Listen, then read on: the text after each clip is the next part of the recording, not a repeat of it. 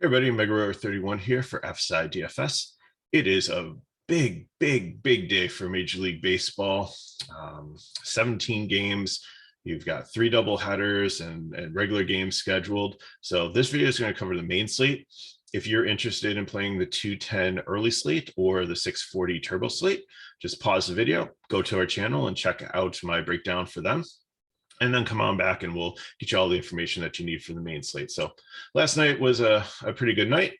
Want to keep the momentum going today. We've got some decent pitchers, some decent hitting spots, and a couple of weather concerns. Maybe some slight rain in Pittsburgh and Chicago and San Francisco and Colorado. We're talking probably 20-30%, nothing like super, but we'll just have to keep our eye on that. But the White Sox in Kansas City, that one could be an issue. But it is looking a little bit better. When I looked at it first thing in the morning, when I started the breakdown and put together the sheet, it looked like we were like 40%, but I think we're dropping down to 30%. So we might be okay for that game. So let's just run through the games quick, and then we'll do some breakdowns for you, and we'll get you on your way. So Yankees and Orioles, that Yankees actually showed they moved the fences back in Camden Yards to try to make it a more pitcher-friendly ballpark, but the Yankees actually put up some decent runs yesterday against Spencer Watkins today. I think, that's going to happen again.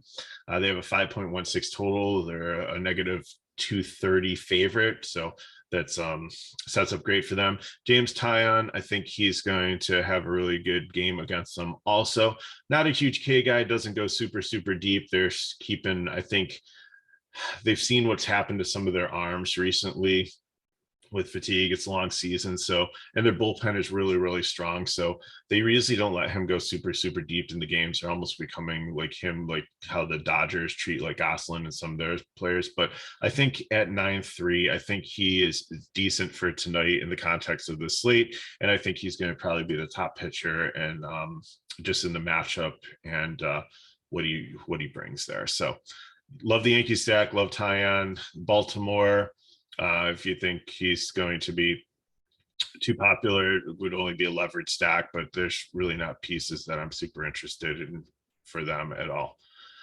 Judge should be back in the lineup for the Yankees, so I think there's a very strong stack, and you can actually get and when we get to the breakdown section, you can actually get like Coors Field, the Yankees, and decent pitching all in the same lineup tonight.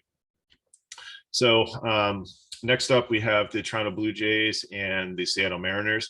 Logan Gilbert is a very good, talented young pitcher, top prospect in all of baseball.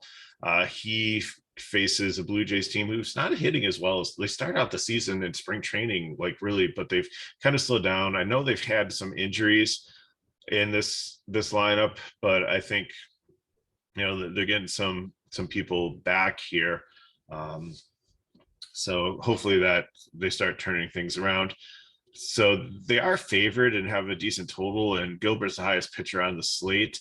I think he's a GPP guy just because he's kind of a reverse splits guy, and he really is against like a solid right-handed batting lineup here. So I think at GPPs, he makes a lot of sense. I think he's got a lot of upside and could potentially score a decent amount of points here. But I think, against like this Toronto lineup, Barrios on the other side, he really doesn't strike many guys out. He's not a super K guy. But I think, at 7-8, it's a decent price, and in the context of the slate also against a Seattle team that really hasn't been super great recently. The top of the lineup doesn't really strike out much, but the bottom of the lineup definitely has some opportunities there. So I think he's definitely playable here. Seattle, I think, makes the top leverage stack against Barrios because they do have some decent hitters, and Crawford and Frazier, and maybe even former Yankee Mike Ford cracks the lineup at 2-1. Blue Jays, I think, also would make a great leverage stack too, because if Gilbert is popular just based on what he's done for the season, and they can get to him and people don't realize that he's a reverse splits pitcher and think, oh, wow, it's a righty against a predominantly righty lineup, then I'm not going to play the Blue Jays here. Then if they'll be wrong in that, and if the Blue Jays go off, then I think that definitely will have low ownership for that. Jansen is back for Blue Jays. He got to play last night. I don't see him in the projected lineup. He's a little bit expensive for a catcher at 4.7, but definitely somebody to consider if you are going the Blue Jays route in a leverage stack for GPPs. We have the Houston Astros and the Boston Red Sox. You have Urquidy and Eovaldi. Urquidy is another reverse blitz pitcher. Eovaldi has had a solid start to the season. 9.8 is a little high to pray for him against Houston, who just doesn't really strike out. They're a very disciplined team, and I just don't really want to play him here, even though and Fenway Park is decent for hitters too. So wind blown out at 16 miles per hour. So I think that bodes better for the bats here than the pitchers. So neither pitcher super excited about. I can see if you're playing large field GPV Eovaldi, but Urquidy I'm not interested there. Houston, I think, would make a leverage stack because I think people will maybe flock to Eovaldi just based on the success he's had this season, not taking into consideration that there's really no ceiling with strikeouts. Or maybe even looking at weather for the wind blowing out there. Boston, I like, again, reverse splits. Give me the righties, and always Deaver. He's great lefty. Even JD Martinez has been decent. Story hit a home run yesterday. Verdugo, I'm fine with, even though he's reverse splits, I think. So lots of good options here for a Boston stack especially the righties. Throw in maybe Verdugo, Devers if you want some lefties in there for GPP. Always love Dahlback as a righty if he's able to make it also too, because he's really good with power. Next up, we have the game, like I said, with weather concern, Kansas City and the White Sox. Sorry. Giolito is supposed to pitch here, and Giolito should be like the lock as your SP2 with Tylon if he's in the game, because he's only 8,500. He should be probably 10.5. He's coming back from COVID. He has done simulated games. He's done the work and everything. He should be ready to go. Kansas City, not a great lineup. Definitely should be solid here. If he's not, then I'm probably going to fade the Chicago pitcher. This is the second game of a doubleheader also. So who knows what the Kansas City line is. Could be absolute garbage if they play their good guys in the first game, or vice versa. So with all these games that are the second half of the doubleheader, you got to kind of look at if we get the lineups in time, if they get the first games in. Hopefully they don't get delayed or anything. So I love Giolito here, especially if Kansas City is going to be watered down. If it's not Giolito, if it's trying to think who was they had Cisse as the pitcher for game one. If they do switch them or flip-flop them or something, then Cisse is fine also against Kansas City. Hensley, I'm not interested in. Some of the projections that I've seen on him are just way too high. I don't understand it. I understand the White Sox haven't been as offensively potent as they've been potentially. They have had some injuries. You finally have Andrew Vaughn back into the lineup. You finally got Mercado back in there. Jimenez is still out, but I think they're going to come around at some point too. And I think they definitely, if the weather holds up, make for a good top stack tonight too against Hensley or Singer, whoever they throw out there. Again, like I said, pitching has been up in the air for who's going to do the first or second half of doubleheader. MLB has a TBA, and different sites have different things, and DK is different than a lot of the other sites out there. So who knows? But just pay attention to that, especially. So again, love Giolito. I think he's pretty much a lock if he's ready to go. If they don't say there's a pitch count or anything on him, which there shouldn't be. Hensley on the other side, not interested in. White Sox bats, I think, are a good stack. Atlanta Braves and Milwaukee Brewers. Spencer Strider, it looks like, is pitching for the Braves. It could be somebody else. Doesn't really matter. Not interested at all in the situation there. And Hauser at 9.5 for the Brewers has really struggled this year up against the Braves. He's a fade for me. I don't even think in a GPP I'd play him tonight and I'll watch him have a perfect game, but But anyways, like just very risky. I'm out on him. Lots of other options tonight to spend my money on. These two teams, it's like they're playing in Coors Field with the pricing on them. They're like all in the high 5Ks. And I think, Milwaukee, it was just because they had like all those games against Cincinnati and they had like a lot of offense. So I just am really, really hesitant here, but I think they make some good GPPs because I think that a lot of people would be off of them. And I definitely like, the Atlanta Braves here because I think Hauser is going to struggle. So if Cooney's back in the lineup, if not, like Travis Didmere, he just keeps on hitting. Even though he hits down to the line of 8, this kid is solid. He has a guaranteed floor almost every single game of not getting a 0, at least getting you something at 2.5. That's a great value. I know it takes up an outfield spot. And FanDuel is usually like a second baseman. So, and that's sometimes a sparse position. So, maybe you plug them in there too, and any cash game or GPP if you just need a punt for that. So I think that works for there. Milwaukee on the other side, same thing, GPP stack potentially because we don't know who this Braves hitter is going to be, and they can put up some runs against some bad pitching at times. Next up, we have the wind blowing in at 8 miles per hour. Could be potentially stronger, maybe a little bit of rain, about 25% later on the game. Think they get the whole thing in. Pittsburgh and Chicago Cubs. The pitchers, I think both of them, the cheap range work. I think I like Brubaker, even though he doesn't have a ton of points for DK this year and he only had like I think 9 DK points against the Cubs when he faced them before. I think with the wind blowing in and the amount of strikeouts that the Cubs have had recently, especially Suzuki, started out the season like on fire. But I think like people watched some film and got kind of a book on him and circulated through Major League Baseball because he's starting to struggle a little bit now. And we saw that with like a lot of power hitters that come out and like first time, through like are hitting the cover off the ball, but then things kind of slow down. I think he'll adjust to it. They'll get it with him a good pitching coach. As soon as the weather starts to get hotter, I think he starts to heat up again and starts to hit some long balls. But till then, I think he's becoming like a Gary Sanchez like K machine there, a Joey Gallo, one of those. So I think targeting pitchers against him is not a bad thing. Keegan Thompson on the other side, I think, is intriguing also at 6'8". He's been solid, but the thing is like, is he a starter as a reliever? We've had that conversation with many pitchers recently. Stroman, I believe, is out, and I think there's another one like out of this Cubs lineup. So he's by necessity potentially going to have to make some starts, and hopefully they get him stretched out. So at 6'8", if he pitches like 4 or 5 innings, I definitely think he could pay off that price tag. I think he get you 10 points, maybe up to like 15. So I'm fine with that.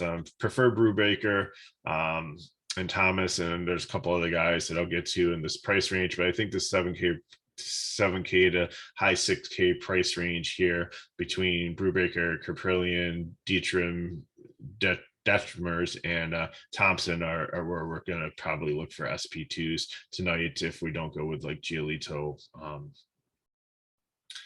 So next up, we have the Angels and the Rangers. The Rangers actually came alive last night with a garbage lineup in Syndergaard. So I was completely off on that one. It was my SP2, so that kind of hurt. But I had some good bats in there, so I was able to not do well in GPPs, but I did at least like in double ups and stuff like came through. So Detmers had like a gem last time out, but the rest of the season he's kind of been like average. So the Rangers, I think there'll be a lot of ownership in Detmers, and I think it's kind of dangerous because they did leave him out there longer than they probably wanted to, just because he was pitching so well and wanted to see if he could get like the no hitter or the perfect game. I forget what the context of it was. However, sometimes after a start like that, they have a shorter leash because they pitch more. So they want to kind of average things out. So he might get pulled prematurely. So that's kind of my worry here. Texas does make for a good lineup. Semyon hasn't been great. White leading off, even though it's lefty righty one. It kind of takes like Brad Miller out of the lineup too. So Garcia hasn't had a great season. And Corey Seager is not the splits advantage. So there's a lot of things that say that Detmer is a really good play tonight, but there's other things that tell me that that was a flash in the pan. He had a really good game. This everything lined up, the stars aligned, and this is when you're going to see some regression. So I would rather play like Kaprelian or Brewbreaker or Thompson over him, but I do think he needs to be in the conversation.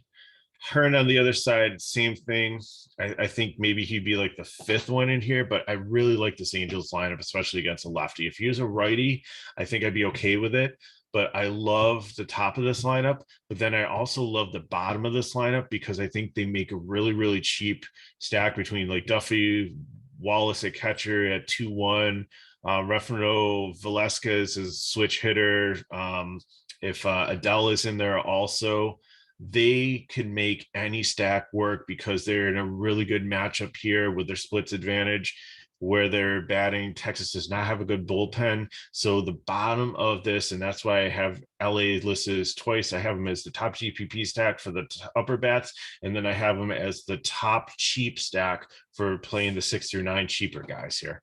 Texas, I'm not really interested in bat wise. Coors Field, San Francisco, and Colorado, Alex Cobb and Chad Kuhl. Cobb, I think, could do decent. He's been a very good pitcher. He's a righty against this righty team. So I think that he's definitely in the conversation as a medium guy, probably more of a GPP. I'd rather have like, Giolito or Anderson in that price range. But I think, if you're going large field tournaments, it's definitely in play. Don't take him out of your pool. Krul on the other side at 9K and not interested in pitching a Coors. So the Giants, here's the issue. Absolutely love them. Great matchup. Probably going to have the highest total on the slate here. But they mix and match so well. I've always said that, and now they got another piece in Tommy La Stella back. They have so many good righties and so many good lefties. So Belt and Crawford usually are out there and don't get pulled at all. But the rest of these guys, Wade and Peterson and Yastrzemski, even Longoria, because you could throw potentially Wilmer Flores in there also, Estrada, like all the rest of these guys, they rotate in and out. So they're very, very cheap in the context of Coors Field. They're only like 3K, where you usually see guys like high 4Ks, 5Ks, even up to 6Ks batting Coors Field in good matchups. So I'll play them because I think that in even like 2 or 3 at bats, they're going to get enough points where a normal guy that you're paying full price is not going to get rotated out with the 4th or 5th potential bat. It's going to kind of even out. So I'm okay playing it. Just know that there's some of these guys, there's pin hitch risk. I think Crawford and Belt are probably the safest. But like Wade and Peterson and Yastrzemski and La Stella and like Longoria and Flores, I think potentially could get rotated out later on in the game. So just keep that in mind. Colorado, on the other hand, I just really don't like them against Cobb here. I think they're way high price. I can see playing them in a GPP, but really I think LA I like better. Boston righties, and that's where I'm going. Minnesota and the Athletics. Bundy coming back.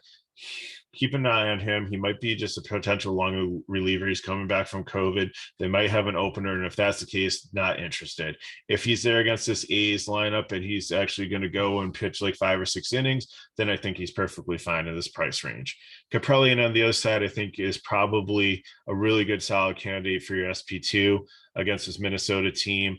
Correa's coming back at some point, but I don't think yet. Buxton's really the only one I'm worried about, but Kaprelian's been good against righties. He walks guys a lot, but I think that there's enough Ks in this lineup that he's makes a lot of sense here. Probably has a floor about like 12 or 13, but probably could maybe get up to like 20 DK points for you here. Bat wise, Minnesota, maybe. I don't know. Not interested. Oakland, potentially a cheap stack against Bundy, especially if they're doing the opener situation. Final game, we have the second game of the Diamondbacks and the Dodgers. Keep an eye on lineups. Caleb Smith is absolutely horrible. I hope he's out here because I think that makes the Dodgers a very, very strong stack. You'll have to see who the Dodgers play, because with the first game, they might even out and rest some of the stars in the first game and in the second game. So you might see a B lineup in the first game, the second game, and not an A lineup in the C lineup. But just see who they play. It doesn't matter. You're still not playing Caleb Smith, no matter who the Dodgers play, but I think that they definitely make a good stack. And maybe if there's some decent, cheaper pieces that come into play to help you get pitchers with your Dodger stack, if that's where you want to go in cash. Arizona, not interested. Tyler Anderson, I think, is very good pitcher here. Love the pricing on him. I think he's definitely where I want to go if Giolito is not in play here, because they're only $200 apart. Anderson's 87, Giolito's 85. So let's, like I said, so pitching wise, I'm looking at Tylone, Gilbert, GPP, Anderson, and then Evaldi potentially. Giolito is my SP2. I think Barrios and Bundy, if he's going the whole game, can make in the medium range. And then I think Cobb, it makes a good GPP target. But I really like this medium range, or this cheap range here with Brubaker, Kaprelian, Ditchmus, and Thompson. Top stack, San Francisco, with the pinch hit risk there. Just keep that in mind here. But Yankees solid against Baltimore, Dodgers solid against Caleb Smith, White Sox, just watch the rain there. And then love GPPs for the Angels. Got to throw Colorado there in Coors, but up against the pitcher, I'm not super excited tonight. Boston righties, I like against the Houston pitcher that they have with the wind blowing out there. And then Atlanta and Milwaukee, I think, are in decent matchups against the pitchers that they're going to see, but they're very, very expensive. So keep low ownership. And for cheap, I love the 6 through 9 Angels are really going to make a lot of things work. Pittsburgh, Chicago, and Oakland, I think, for fill-ins. For leverage, Seattle and Toronto against popular pitchers, potentially. Houston against Evaldi, if he's going to be popular too, with the wind blowing out there also. And then Baltimore, if you think Tyon's going to be super chalky and maybe have an off night. So again, Tylen, Anderson, or Gio is where I'm going. I'm going for San Francisco here. So Belt, Crawford, Wade, either Jock or Yes, and then I can get the Yankees in here. I can get Dodgers in here, especially if I punt catcher. Definitely a lot of options to get in here for your cash build. So that's why I take those cheap San Francisco guys, Tyon and Anderson or Giolito. If you need to drop down into the 7K range, Brubaker, Kaprelian for your SP2, that's fine. Also, I think it opens up. You have plenty of salary to play some of the big bats on the bigger teams there in your cash builds. So split your cash up maybe and play like 2 or 3 lines, and that should help. And then for GPP, Kaprelian is where I'm going. Probably taking another guy in the cheap range, probably Thompson or Brubaker there, because I think Demeters is going to have some regression. And then I really intrigued in the Braves against Hauser. So Olsen, Riley, Acuna, Ozuna, and then you can definitely fit in those cheap Angels there and make it work, and still have probably potentially a chance to play like Trout or Ward outfield. So that is our breakdown of the main slate. Thanks again for watching. If you have any questions, put them in the comments below. Hit me up on Twitter at Megaruler31, and I'll try to do what I can do to get back to you to help you out with those things. Always check the video about half an hour before lock, so we can make sure that we update any weather situations, pitching changes, weird things that are going on, COVID cancellations, things like that. So want more information on FSI DFS, always check the details below of the video. They have a link to our website or Discord and all that. Appreciate you watching. Please give us a like, share with your friends, and good luck tonight. We'll see you next time.